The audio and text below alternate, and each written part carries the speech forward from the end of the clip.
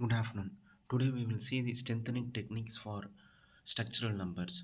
So before entering into the topic, the title called retrofitting is very important. Retrofitting is nothing but strengthening of the structural numbers, including the foundation. So it has been broadly classified into two. One is stabilization, second one is strengthening. So stabilization in the term means it deals with the settlement of structures due to the poor bearing capacity of the soil as well as the overloading of the structural numbers. And next one is the strengthening of beam, column and slab.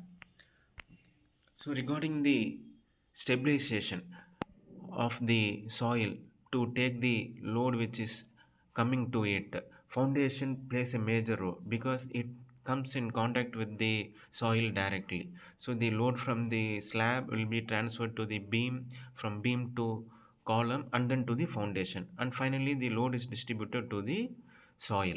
So the soil should have the bearing capacity in such a way the whatever load coming onto the soil should withstand that one without any settlement.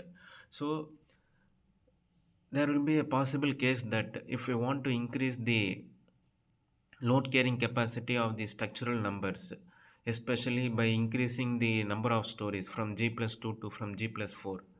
So, but you have designed the building for only G plus 2. So, after 10 years, you are planning to increase the story height.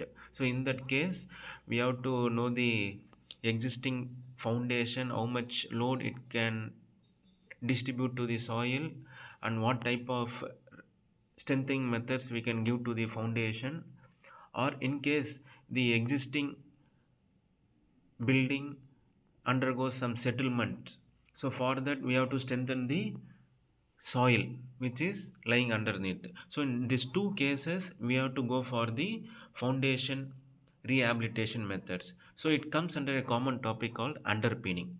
So underpinning means it is a process of strengthening the foundation. So there are three types are there. One is pit method, pile method, and micro pile. Along with that, injection of the ground with cement or chemicals. So why we have to go for this underpinning?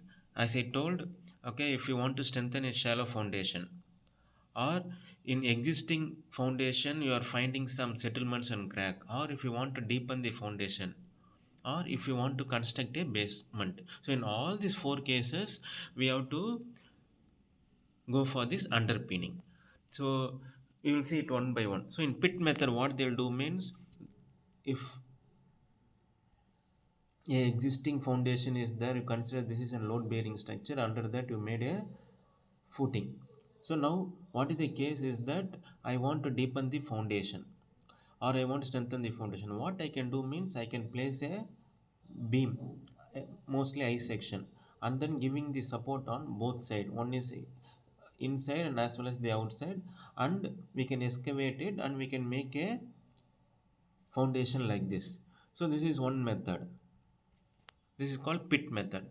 Okay, this is another case. See, this case will arise when the outside or the adjacent property is not vacant. That means a building is already there, means we can't take the support as of the previous method. So we have to take the support to the inner wall of the existing room. So what we can do means, okay, we can give a temporary support at the middle, and this beam can be supported to the another wall on the opposite side, and we can excavate it and then we can go for the new foundation. So this is another case. So this is about pit method. Next one is pile method.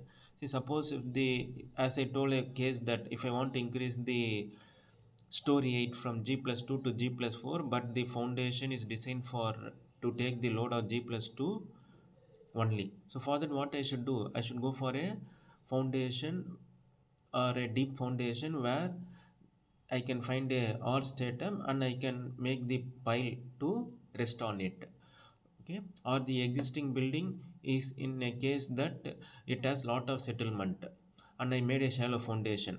So in that case I can find the R stratum by making the soil investigation and I can fix the arch datum at which depth it has lies, and based on that I can go for the pile foundation. So this pile foundation is made in such a way that we have to make a pile cap, okay, and then at two sides we can drill the bore holes, and then we can do the concreting like cast institute method. Okay, this one can be followed mainly in waterlogged areas where the load is more, and also if we want to transfer the load to the deeper stratum. Next one is micropile. So micropile is also a called as they come under the classification of piles only. This one we will go when the adjacent property is having a building. So in that case what we can do means we can't able to make a borehole. Okay, so we can, so you know about the boring operation, a bigger machines will come and then it should excavate it should drill the hole and then we should do the concreting. Okay, so this and all is a tedious process. In order to overcome that we can go for micropile. Micropile are small shaft like steel pipe arrangements where we can reduce the spacing between two piles, and here you can see this picture. So under that we can find the arch stratum. Based on the soil exploration we can locate the depth of the arch stratum, and then we can make this pile to rest on that. So with some less effort and with some local equipments we can drill this hole and we can insert this pale.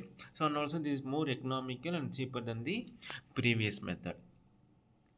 So next one is by injection.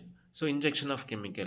So injection of chemical means in the existing foundation if the settlement is there, instead of making an pit method or by pile method, so which involves a lot of labor and it will take a lot of time. So instead of that what we can do means, so we have to inject some chemicals, grouting material or some cements in that, so that the underneath surface will be strengthened and it can take the air. You can see a person is injecting the liquid and under that wherever the void space is there it will be filled by this chemicals or the cement grout, so that okay the settlement can be prevented.